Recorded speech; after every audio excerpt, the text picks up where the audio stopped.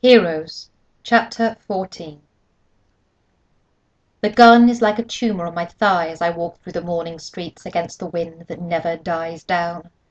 April sunlight stings my eyes, but the wind dissipates its heat, blustering against store windows and kicking debris into the gutters. At Night and Spruce, I pause and look up at the three-decker on the windows of the second floor where Larry LaSalle can be found at last. Does he suspect my presence here on the street? Does he have a premonition that he has only a few minutes left to live? I am calm. My heartbeat is normal. What's one more death after the others in the villages and fields of France? The innocent faces of the two young Germans appear in my mind. But Larry LaSalle is not innocent. The steps leading to the second floor are worn from use and age, and I think of all the people who have climbed stairs like these, who worked in the shops and came home heavy with weariness at the end of the day. As I stand at the door of Larry LaSalle's tenement, I touch the bulge in my pocket to verify the existence of the gun. The sound of my knocking is loud and commanding in the silent hallway. No response. I wait. I rap on the door again, hand clenched in a fist this time. "Come on in. The door's not locked," Larry LaSalle calls out. That voice is unmistakable, but a bit feeble now, yet still the voice that cheered us at the rec center. Hesitant, suddenly uncertain, his voice giving reality to what I must do, I step into the tenement and into the fragrance of pea soup simmering on the black stove, steam rising from a big green pot. He is sitting in a rocking chair by the black coal stove and narrows his eyes, squinting to see who has come into his tenement. He is pale, eyes sunk into the sockets, like in the newsreel at the Plymouth, and he seems fragile now, as if caught in an older photograph that has faded and yellowed with age. His eyes blink rapidly as if taking quick pictures of me. Is there a glimmer of fear in his eyes? My heart quickens at the possibility. Francis Cassavant," I announce. "It's important for him to know immediately who I am. I don't want to waste any time." "Oh, Francis," he says, his eyes flashing pleasure because he doesn't sense my mission, doesn't realize I know what happened that night at the rec center. Come in," he says, the old enthusiasm back in his voice. He rises slowly from the chair, steadying the rocker as he lifts himself. As he holds out his hands in greeting, I go forward to meet him. We shake hands. At the last minute, when it seems we might embrace as old friends and comrades, teacher and pupil, I pull away. His white hands clutch the air before he clasps them together and settles back into the chair. Sit, he says, indicating the chair next to the window, opposite his own. "Take off your jacket," he says, "your Red Sox cap too, and your scarf." I don't move. I don't take off anything. I don't plan to stay long, only long enough to carry out my mission. Don't be afraid to show your face, Francis. That face, what's left of it, is a symbol of how brave you were, the Silver Star you earned. You earned a Silver Star too, I say, having to reply and marveling again how Larry LaSalle was always one step ahead of us, just as he now knows about my face and the Silver Star. He shrugs, sagging in a chair, sighing, as if tired suddenly. "It's good of you to visit," he says, smiling the old movie star smile. "Makes me remember the old days of the rec center. Oh, those were good days, weren't they? That table tennis championship, what a great day for you, Francis." A deep sadness settles on me, as if winter has invaded my bones. "You made it possible. You let me win." "You missed the point, Francis. You deserved to win. It was more than a game, more than a score. You played like a champion and deserved that trophy. Why did it have to turn out like this?" But those days are gone now. The war is over. Everything's different. Not only the war, but everything, he says. Lifting his hands, he studies them, then looks down at his body.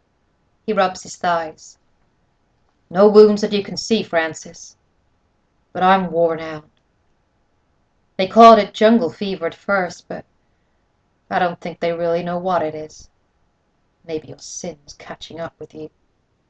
And you, Francis, will you be okay? Will you heal? Be like new again? Yes. I don't feel like going into all the details or telling him about Dr. Abrams because it's not going to happen anyway. Silence falls in the room and he shifts his body in the chair.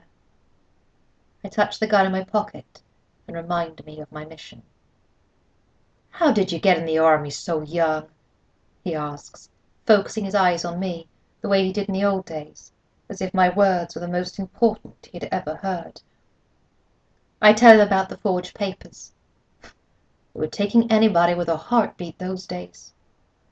Just a kid, shaking his head, his eyes alight with admiration.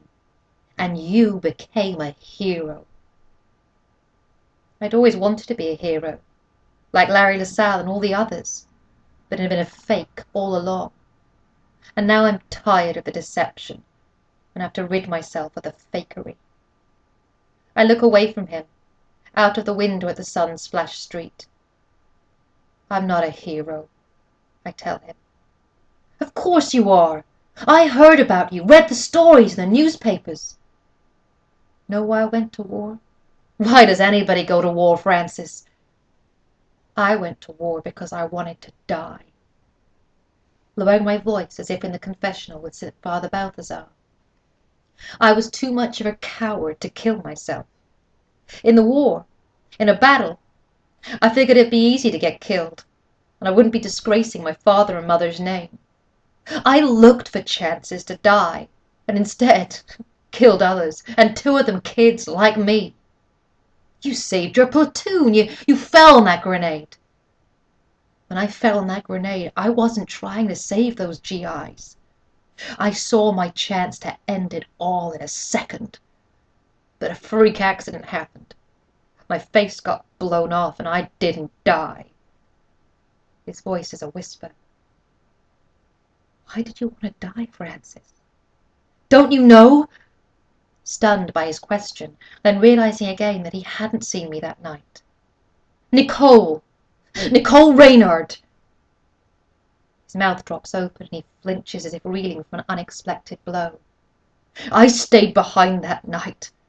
My own voice is now a whisper. I heard what you were doing to her, and I saw her afterwards. Those eyes of hers, and what was in them. Shaking his head, he says, You wanted to die because of that? I still want to die. What you did to her. And I did nothing, just stood there and let it happen. Oh, Francis, you're too hard on yourself. You didn't do anything you should feel guilty about, that should make you want to die. You couldn't have stopped me anyway, Francis. You were just a child. So was she. My lips trembling, a long sigh escapes him. Is that why you came here? To tell me this? I take the gun out of my pocket. Here's why I came. I aim the gun at him, my fingers on the trigger. But my hand is shaking, and I'm suddenly overwhelmed by the knowledge of what I'm about to do. Why has it come to this? You could have had anybody, I say, my voice too loud, booming in my ears. All those beautiful ladies at the dance that night. Why Nicole? The sweet young things, Francis. Even their heat is sweet. Sweet young things. Had he done it before? How many young girls have been invaded by him? I shake my head in dismay. Everybody sins, Francis. The terrible thing is that we love our sins. We love the thing that makes us evil. I love the sweet young things. That isn't love, I say. There's all kinds of love, Francis. Then didn't you know that we loved you? I say. You were our hero, even before you went to the war. You made us better than we were. He sighs, his lips trembling, and his voice trembles too, when he asks, does that one sin of mine wipe away all the good things? That's a question you should ask Nicole, I say, my eyes measuring him. Until this moment I hadn't planned where I would place the bullet, whether to aim for that spot between the eyes or aim for his chest, his heart. It isn't a question of aiming really, not at this distance, only desire, the desire to avenge what he did to Nicole and to the other girls now that I know about them. He waves his hand at me as if dismissing the gun in my hand. Know why I'm sitting in this chair, Francis, and barely stood up when you came in? My legs are gone. He gestures toward the table, and I notice for the first time the aluminium crutch leaning against the table. No more dancing for me, Francis. No more sweet young things. No more anything. Am I supposed to feel bad for you? Don't look at me like that, he says, turning his eyes away from me. If I want one thing, it would be to have you look at me again the way you did at the rec center, when I was the big hero you say I was. But it's too late, isn't it? I'm tired of this talk, impatient to do what I came here to do. Say your prayers, I tell him, just as I rehearse those words so many times through the years. I've decided to aim for the heart after all, to shatter his heart the way he broke Nicole's and mine and how many others. Wait, he calls out, reaching towards a small table next to his chair and a cigar box on the table. He opens the box and withdraws a pistol, like my own, a relic of the war. I flinch, my finger agitated on the trigger. But he places the gun in his lap, cradling it in his hand. You see, Francis, I have my own gun. I take it out and look at it all the time. I place it against my temple once in a while. I wonder how it would feel to pull the trigger and have everything come to an end. He sighs and shakes his head, then nods toward me. So lower your gun, Francis. One gun is enough for what has to be done. He sees the doubt in my eyes and in a swift moment removes the magazine from his pistol. Empty, he says. You're safe, Francis. You were always safe with me. So put your gun away. Whether you know it or not, you've accomplished your mission here. And you couldn't have killed me anyway in cold blood. We stare at each other for a long moment. Please, he says, and his voice is like the small cry of a child. I lower the gun. I remove my finger from the trigger. My hand trembles. I put the gun back in my pocket. Go, Francis. Leave me here. Leave everything here. The war, what happened at the rec center, leave it all behind. With me. Suddenly, I only want to get out of there. The aroma of the soup is sickening and the tenement is too warm. I don't want to look into his eyes any more. My hand is on the doorknob when he calls my name. I open the door but pause, making myself wait. But I don't look at him. Let me tell you one thing before you go, Francis. You would have fallen on that grenade anyway. All your instincts would have made you sacrifice yourself for your comrades. Still trying to make me better than I am. I close the door, my face hot and flushed under the scarf and the bandage. The coldness of the hallway hits the warmth of my flesh, and I shiver. It seems that I've done nothing but shiver since I returned to Frenchtown. His voice echoes in my ears. Does that one sin of mine wipe away all the good things? I go down the stairs, my footsteps echoing on the worn staircase. Downstairs at last, After what seems like a long, long time, I pause at the outside door. The sound of a pistol shot cracks the air. My hand is on the doorknob. The sound from this distance is almost like a ping-pong ball striking the table.